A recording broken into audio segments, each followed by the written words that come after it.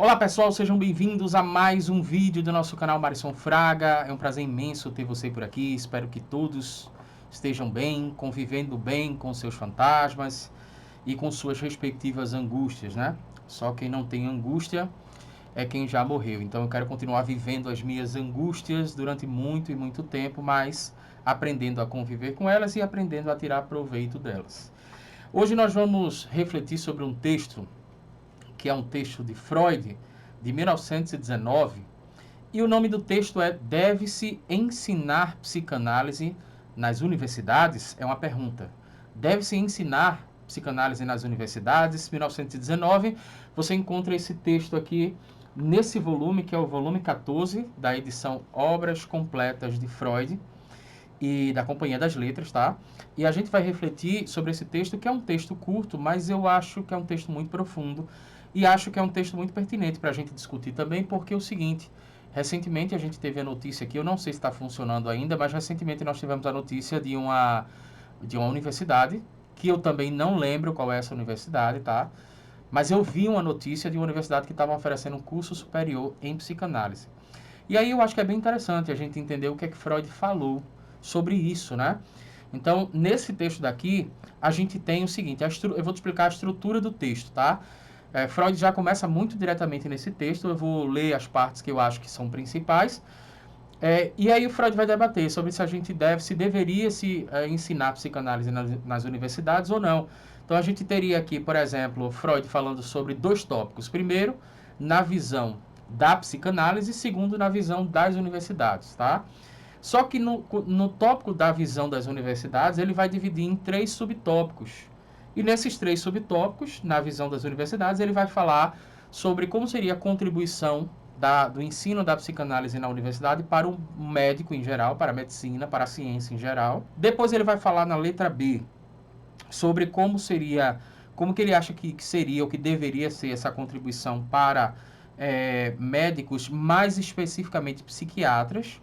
E depois ele vai falar como seria essa contribuição para a sociedade. Se as universidades ensinassem psicanálise, aí eu entendo Freud falando sobre uma perspectiva muito mais abrangente de outros cursos, por exemplo, e vez ou outra a gente tem esse tema, né? Eu sempre acho que deveria existir cadeiras de empreendedorismo em cursos de direito, por exemplo. Porque várias pessoas que se formarem em direito depois que tiram a OAB, de certa forma eles se tornam empresários ou microempresários. A mesma coisa acontece em psicologia também. Então, sempre existe essa discussão, né? No curso de psicologia deveria ou não deveria ter cadeiras de empreendedorismo? Eu, particularmente, acho que deveria ter, porque tem muita gente que vai sair dali e vai para a clínica, vai montar a sua própria clínica. Então, vamos entender aqui esse texto de Freud. E, como eu falei, eu vou ler alguns trechos que eu acho relevantes aqui para você. Se você gosta de psicanálise, se inscreve no nosso canal e ativa o sininho para receber as nossas próximas notificações. A gente aqui está falando principalmente sobre psicanálise, mas vez ou outra a gente também traz assuntos da psicologia em geral. Algumas pessoas acham que é a mesma coisa, mas definitivamente não é. E se você se inscrever no nosso canal, você vai sanar essa dúvida assistindo cada vez mais aos nossos vídeos. Então vamos lá. Freud começa dizendo logo o seguinte, né? Se a psicanálise deve ou não ser ensinada nas universidades, é uma questão a ser considerada em dois pontos de vista, o da psicanálise e o das universidades. Foi isso que eu falei. Ele vai dividir em dois tópicos, vai falar na visão da psicanálise, depois ele fala na visão da universidade, e nessa visão da universidade ele divide em três subcategorias. Falando sobre a visão do ensino da psicanálise nas universidades, na visão da própria psicanálise. Ele vai dizer o seguinte: no tocante à psicanálise, parece até Bolsonaro, né? É verdade. Quer dizer, às vezes não. No tocante à psicanálise, sua inclusão no currículo acadêmico seria um motivo de satisfação para um psicanalista, mas, ao mesmo tempo, é evidente que ele pode prescindir da universidade sem prejuízo para a sua formação. Então, Freud começa dizendo que, para se tornar psicanalista, o psicanalista ele pode decidir fazer a faculdade ou não, né? Aí você vai entender por quê. Ele vai dar uma breve explicação aqui. Pois o que ele necessita, teoricamente, pode ser obtido na literatura especializada e aprofundado nas reuniões científicas das sociedades psicanalíticas. assim como na troca de ideias com os membros mais experientes. Inclusive, hoje a gente tem aqui, por exemplo, vários cursos de psicanálise, e uma coisa que você deve buscar é se tem o tripé, o chamado tripé psicanalítico. E isso preenche os requisitos que Freud está falando aqui nesse texto, né? Ele está repetindo, inclusive, que ele já falou isso em outros textos. Mas o que é que acontece? Por que eu estou falando sobre isso? Porque, por exemplo, se você pega o caso da fobia, análise do caso da fobia de um menino de 5 anos, que foi a análise do pequeno Hans, que foi um caso de fobia, nós não trouxemos ainda esse caso aqui no canal, mas a gente vai trazer. Inclusive, aproveito para lembrar você que se você não está inscrito, se inscreve no nosso canal para você aprender com os nossos próximos vídeos, né? E aí uma questão interessante no caso do pequeno Hans é que quem faz... A gente pode considerar que quem faz a análise do pequeno Hans é o próprio pai do pequeno Hans. Na verdade, o Freud, ele faz uma espécie de supervisão, porque ele recebia a carta desse pai. E o pai, na verdade, era muito interessado em Freud, nos textos, né, nas teorias de Freud. Então, ele lia muito as teorias de Freud, de forma que ele vai escrever cartas para Freud, e o Freud só tem um encontro com o pequeno Hans uma vez. Nós poderíamos dizer, eu gosto de entender dessa forma, que foi o primeiro caso de supervisão da história.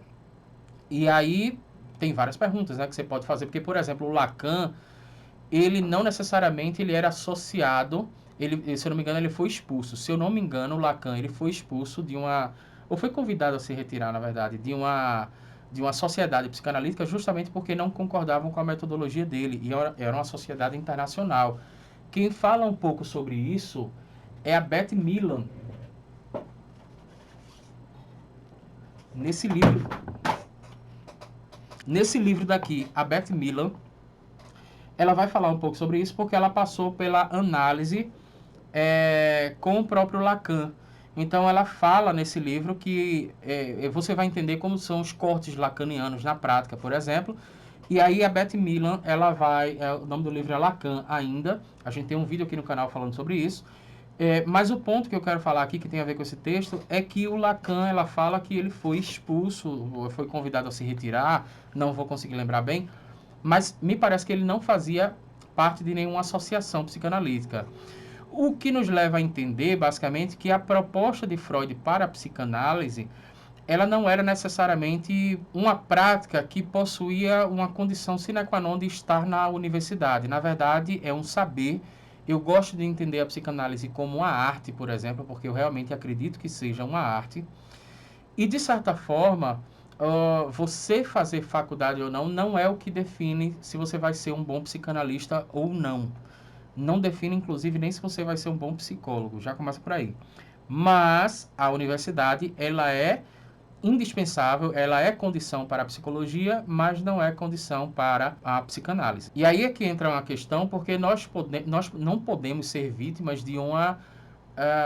como é que eu posso falar? Nós não podemos ser vítimas de uma ideia mercadológica, de mercantilizar a psicanálise, de forma a fazer as pessoas entenderem que você só seria um psicanalista para ter diplomas. Isso é um mito, tá?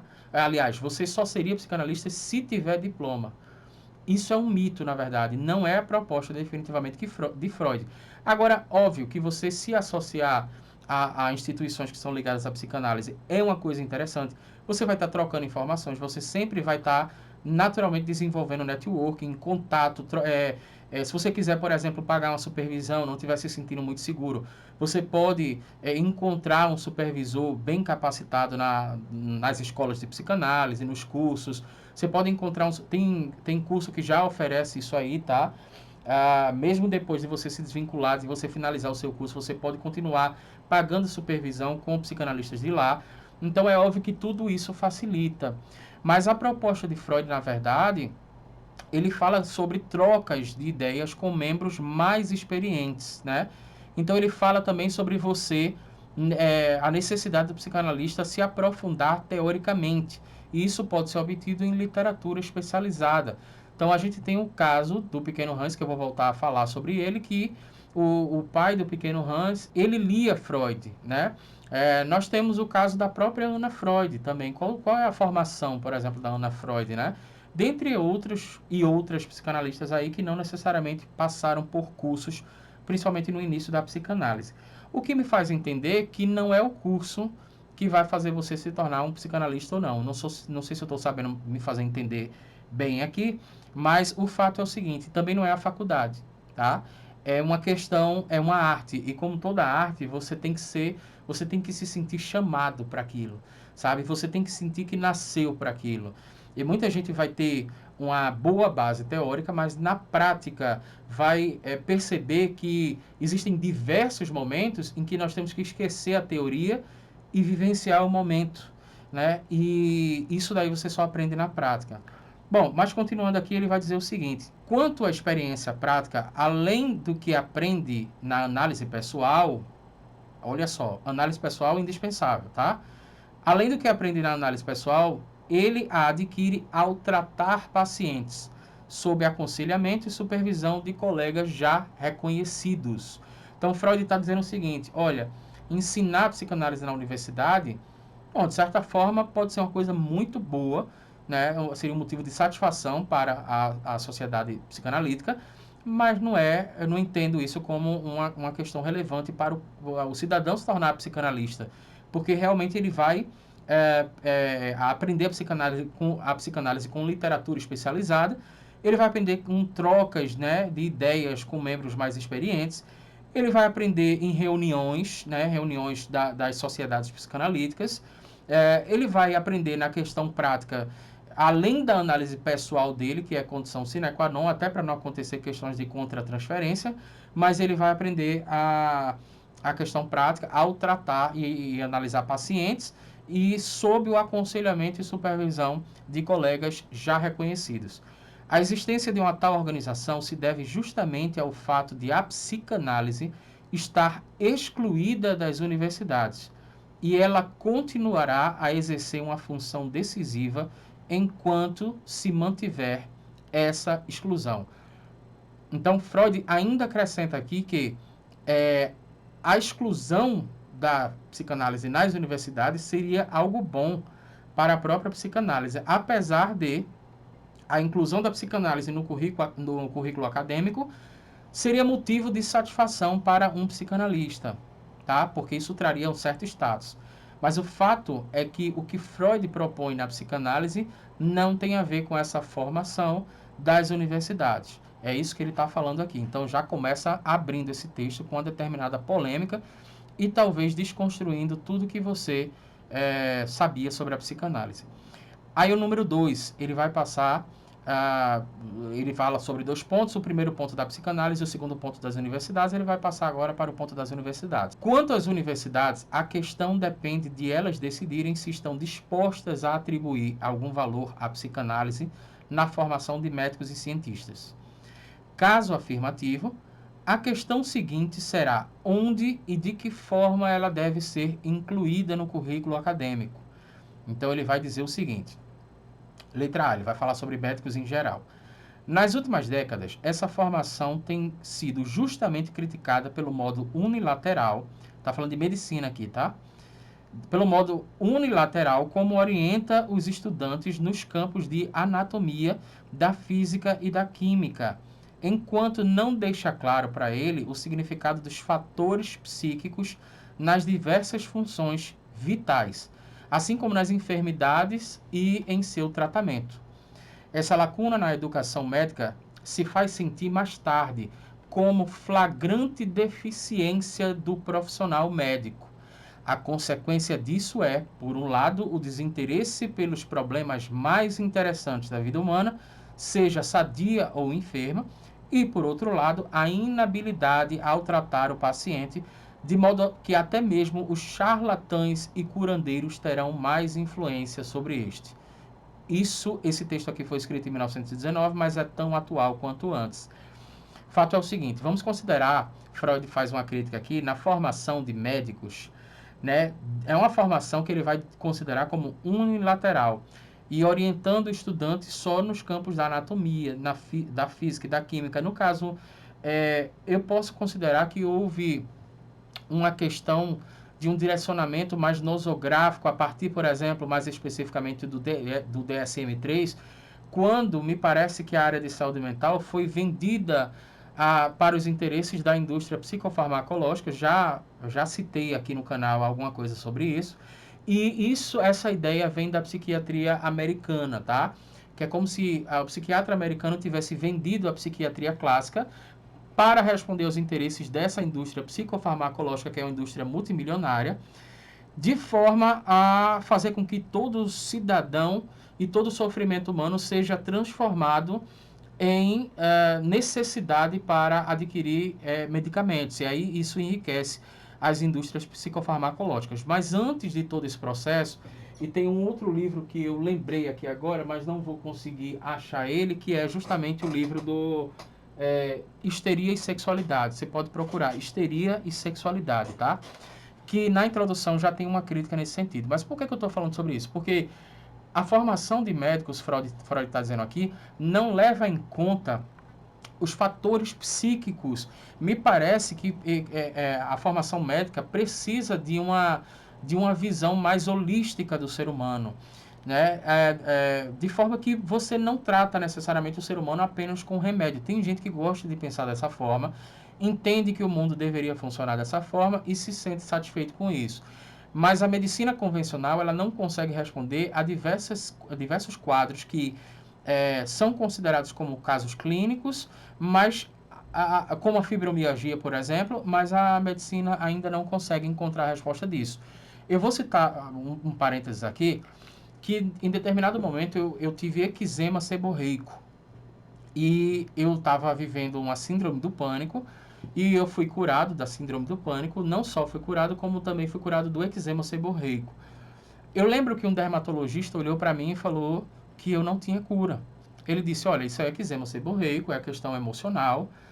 Você tem algum problema emocional? Eu falei, sim, tenho um síndrome do pânico. Ele falou, pois é, você vai ter que aprender a conviver com isso. Esse eczema seborreico, meu rosto ficava todo vermelho e descamava todo. E o dermatologista falou que não tinha cura. Ou seja, eu fui curado disso.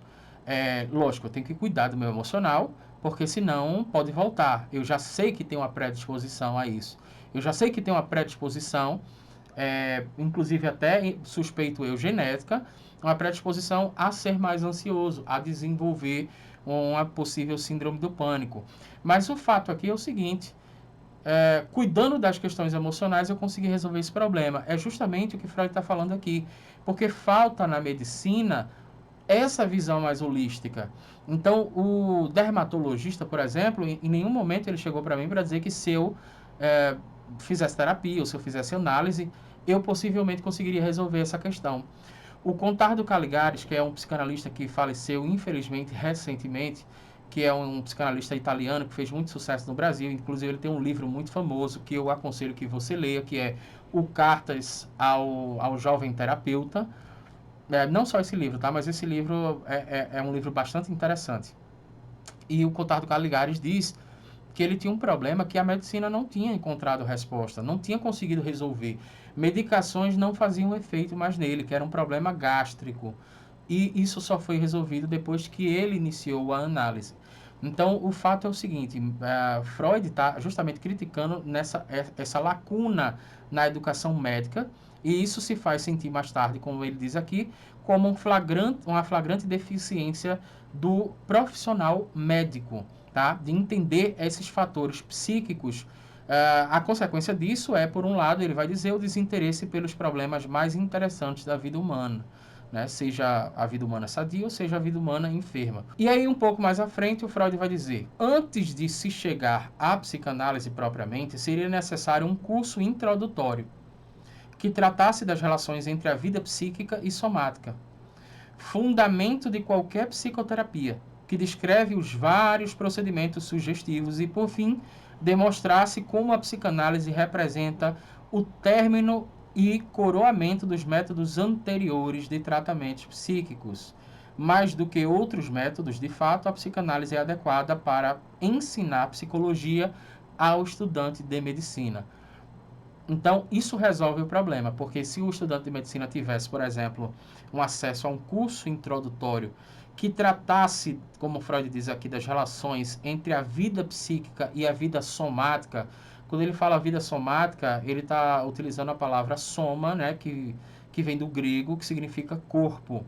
Tanto é que os problemas psicossomáticos são problemas psicossomáticos, são problemas que iniciam-se na psique, ou seja, oriundos de fatores psíquicos, ou seja, ainda podemos considerar, dito de outra forma, que a psicogênese é uma questão emocional e passa para o corpo, então é psicossomático. Aí eu falei a fibromialgia, aí eu falei sobre a questão do eczema seborreico, e dentre a psoríase é uma delas, entre várias outras. Então, o que acontece é o seguinte, o Freud vai dizer que esse curso introdutório seria interessantíssimo para os alunos entenderem, por exemplo, as relações entre a vida psíquica e a vida somática. O que tem no seu corpo? E eu ainda digo mais, existem vários problemas que são tratados como casos clínicos na medicina convencional, mas que se utiliza de medicação como forma paliativa, quando na verdade a origem é psíquica. Eu conheço uma pessoa que tem uma tosse, eu acho que há pelo menos uns 10 anos da vida dela. E aí, quem resolve isso aí? Que a pessoa já foi no médico, né? Algumas pesquisas vão indicar uma certa relação direta entre mulheres que desenvolveram câncer, tá? E essas mulheres, elas teriam, a grande maioria delas, teriam passado por um problema que foi um problema traumático na faixa de 2 a 5 anos antes do câncer se desenvolver, e esses problemas não foram muito bem resolvidos psiquicamente. Então, nós temos, por exemplo, vários problemas gástricos e problemas intestinais que você pode ir no médico, você pode consultar o médico, o cara vai passar um laxante, como no caso do problema intestinal, mas que seria absolutamente resolvido se você observasse melhor os fatores psíquicos. Então, existe uma lacuna nesse sentido, na formação médica, de entender essa relação da vida psíquica com a vida somática. E aí, o Freud vai dizer que depois que se entendesse todo esse processo, seria interessante a psicanálise ser utilizada para ensinar psicologia aos estudantes de medicina. Aí seria um ponto interessante. Mais à frente, Freud diz o seguinte: uma outra função da psicanálise seria oferecer uma preparação para o estudo da psiquiatria. Então, aqui ele está falando especificamente da psiquiatria, né? Em sua forma atual, a psiquiatria é de caráter meramente descritivo. Aí é que fala, no livro Histeria e Sexualidade, você pode ver uma crítica logo na introdução, inclusive uma crítica feita por psiquiatras. Quer ver um psiquiatra de referência do Brasil que faz crítica a essa nova psiquiatria, que seria uma crítica ao abandono da psiquiatria clássica? É justamente o Guido Palomba, que é Guido Palomba, na verdade, que é um psiquiatra forense, que ele aparece muito na série Investigação Criminal, por exemplo. Então, eu já vi palestra do Guido Palomba, ele falando justamente sobre isso, sobre essa questão de você querer transformar tudo, ou seja, todo o sofrimento humano, numa necessidade de consumir medicamentos, né? E você causa uma sensação de que o ser humano não pode estar triste. Ora, se você terminou um relacionamento, estranho seria se você não tivesse entristecido ou entristecida. Então, tem gente que termina um relacionamento, tem gente que termina um casamento de anos e não quer estar triste. Como é que pode? Faz parte das suas angústias, né? Conheça-se, use esse momento para desenvolver o autoconhecimento. De onde vem esse lugar de tristeza? Essa tristeza é sua, esse fantasma é seu. Então, aprenda a conviver com esse fantasma, porque não é tomando remédio que você vai apagar esse fantasma, que você vai mandar esse fantasma embora. Aprenda a conviver com esse fantasma. Então, a psiquiatria, o Freud vai dizer que é de caráter meramente descritivo, ou seja, a formação dos psiquiatras, apenas ensina o estudante a reconhecer uma série de quadros clínicos, capacitando-o a distinguir quais deles são incuráveis e quais são perigosos para a comunidade. Mais uma lógica de exclusão social, que é uma lógica que é trabalhada, por exemplo, por Michel Foucault, no livro dele conhecidíssimo, que é a História da Loucura. Inclusive, logo no primeiro capítulo, né, o primeiro capítulo dele, ele fala justamente sobre essa lógica de exclusão que veio da Idade Média, com relação aos leprosos, né, que tinham os leprosários lá. E aí depois ele começa a passar para a Idade mais clássica, a partir do capítulo 2 e tal. Então ele faz esse recorte histórico. E aqui a gente vê também a questão da inclusão, da exclusão, na verdade, do indivíduo acontecendo, porque existe um interesse muito grande na psiquiatria. Freud está dizendo, pelo menos nesse momento, segundo a interpretação dele, de identificar quais indivíduos são perigosos para a comunidade. Então, isso é uma lógica completamente exclusivista e acaba sendo reducionista para a própria formação do psiquiatra. Seu único vínculo com os outros ramos da ciência médica está na etiologia orgânica, ou seja, na origem orgânica, no tocante ao organismo e à anatomia. Mas a psiquiatria não proporciona o entendimento dos fatos observados, algo que apenas a psicologia profunda pode fazer. Eu acabo de lembrar, inclusive, até de outro livro aqui, que é do Charles Duhigg, que quando eu estava lendo esse livro, olha só, quando eu estava lendo esse livro aqui, que é um livro maravilhoso, fantástico, O Poder do Hábito, eu tinha determinados vícios na minha vida e eu, lendo esse livro, eu falei assim, vou conseguir resolver esse problema dos vícios. Ora, eu entendi aqui, através da visão da neurociência aplicada, eu entendi o ciclo do vício, eu entendi o ciclo do hábito, que pode se transformar ou não num vício, de forma que você entendendo esse ciclo, aparentemente você consegue vencer o seu vício. Só que na prática existem questões psíquicas que estão muito mais aprofundadas do que meramente questões comportamentais. E eu não estou fazendo aqui uma crítica a abordagens como terapia cognitivo-comportamental.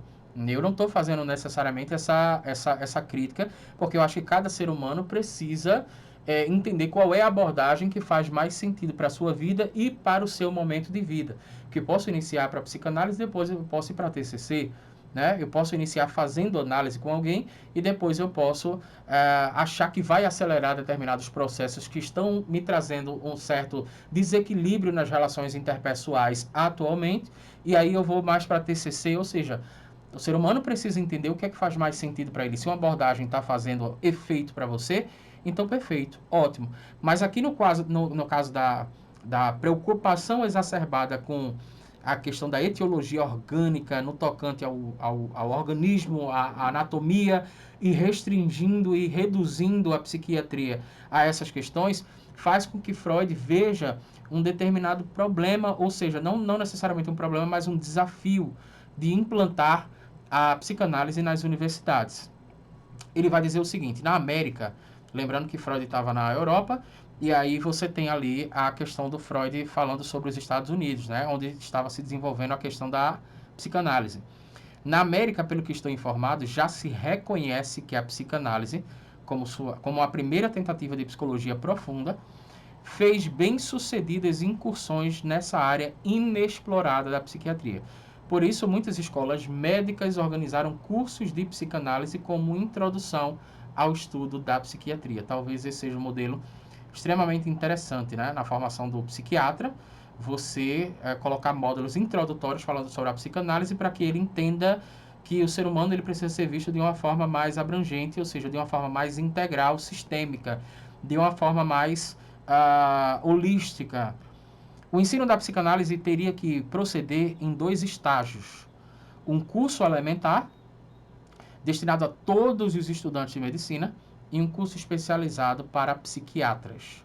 Para que assim os psiquiatras, aí são palavras minhas agora, para que assim os psiquiatras e os médicos em geral pudessem entender que o que resolve o problema do ser humano não necessariamente são remédios e são questões anatômicas, neurofisiológicas e por aí vai. Muitas vezes o que resolve o problema do ser humano é entender os fatores e a origem psíquica daquele fenômeno que você está observando organicamente. E por último, já finalizando aqui o vídeo, sobre a contribuição, por exemplo, da psicanálise nas universidades, porque a psicanálise contribui também para a sociedade, Freud vai dizer, ao investigar os processos psíquicos e as funções intelectuais, a psicanálise segue um método próprio, cuja aplicação não se limita ao âmbito dos distúrbios psíquicos, mas se estende igualmente à resolução de problemas na arte, na filosofia e na religião. Nesse sentido, ela já fornece novos pontos de vista e trouxe importantes esclarecimentos em questões de história da literatura, mitologia, história das civilizações e filosofia da religião. Portanto, este curso geral deveria também ser aberto aos estudantes dessas áreas da ciência. Freud está falando aqui sobre o ensino a importância do ensino da psicanálise para várias áreas da ciência, como filosofia, como ciência da religião, como literatura, por exemplo, talvez num curso de letras, talvez no curso de letras a psicanálise ajudasse, por exemplo, a você entender mais profundamente determinados personagens históricos e escritores históricos e os momentos da sociedade em que aquele determinado material foi escrito. Então, você tem, por exemplo, no ramo da arte, o surrealismo surgindo a partir do conceito do inconsciente de Freud, e por aí vai. E aí ele vai dizer o seguinte: a fecundação dessas outras disciplinas pela psicanálise certamente contribuirá para forjar um vínculo mais sólido entre a medicina e os ramos de saber da filosofia e das artes, no sentido de uma universitas literatum. Lembrando aqui, gente, que esse texto ele foi escrito, como eu falei no início, em 1919. A gente estava pós Primeira Guerra Mundial. E nesse período aqui, Freud já estava começando a desenvolver seus estudos do ponto de vista mais antropológico, né? Então, a questão da como a psicanálise enxerga o comportamento humano. E o próximo vídeo que a gente vai trazer aqui é um vídeo que vai falar sobre a questão de neurose de guerra. Já visto que a gente tem uma guerra aí acontecendo agora, que talvez seja a Terceira Guerra Mundial, espero que não. Mas uma coisa chama a atenção de Freud, que são esses fenômenos periódicos que acontecem, e são fenômenos que todo mundo se pergunta o seguinte: o porquê que resolvem essas questões com a guerra? Freud vai tentar entender essas questões do ponto de vista antropológico, se utilizando de todo o seu aprendizado e de todo o seu construto que ele havia elaborado durante todo esse tempo na psicanálise. Por último, para finalizar o vídeo, vamos finalizar o texto aqui, que é: por fim, cabe considerar a objeção de que dessa forma o estudante de medicina jamais aprenderá realmente a psicanálise. Isso é verdadeiro se pensamos no efetivo exercício da psicanálise. Mas para os propósitos em vista, é suficiente que ele aprenda algo sobre e com a psicanálise. Afinal, tampouco se espera que o estudo universitário transforme o estudante de medicina num cirurgião hábil. Quem escolhe a cirurgia como profissão não pode escapar a vários outros anos de trabalho e especialização no departamento cirúrgico de um hospital, ou seja, só a prática que vai realmente tornar um aspirante a psicanalista num psicanalista de fato. A questão teórica é indispensável, segundo Freud entende aqui, para que você faça com que a medicina tenha um acesso e um desenvolvimento de uma visão mais integral e holística do ser humano, considerando os respectivos fatores psíquicos, ou seja, a psicogênese de vários casos clínicos que você vê nas clínicas, né, nos hospitais todos os dias. Agora, o fato é o seguinte: isso não vai transformar médicos em psicanalistas, mas vai ajudar e vai contribuir não só na área da medicina, como também em diversas outras áreas. Freud se coloca dessa forma e eu realmente acho uma pena que nós tenhamos aí a maioria dos cursos sem essa cadeira de psicanálise. Por outro lado, você tem o Freud considerando que para se tornar um psicanalista não necessariamente você precisaria da universidade, e eu digo mais, para o espanto de vários, você não necessariamente precisaria dos cursos de psicanálise. Basta você entender a proposta de Freud e você entender, se debruçar sobre as teorias, se debruçar para trocar experiência, né, e fazer reuniões, participar de grupos de estudo com psicanalistas mais experientes que você, e toda essa troca de experiência, quando você mescla isso com o seu investimento nessa área teórica, isso é o que vai fazer com que você seja um bom psicanalista e você realmente se sinta confortável e se autorize para ser psicanalista. Para finalizar, você teria ali o acompanhamento de supervisores que seriam mais experientes que você para tentar lhe ajudar em determinadas questões do insight e, principalmente, você fazendo a sua própria análise para que você não pratique erros e não cause resistência no discurso do paciente e, principalmente, não cometa o erro da contra-transferência. Então, espero que você tenha entendido. Um forte abraço e eu te vejo no próximo vídeo.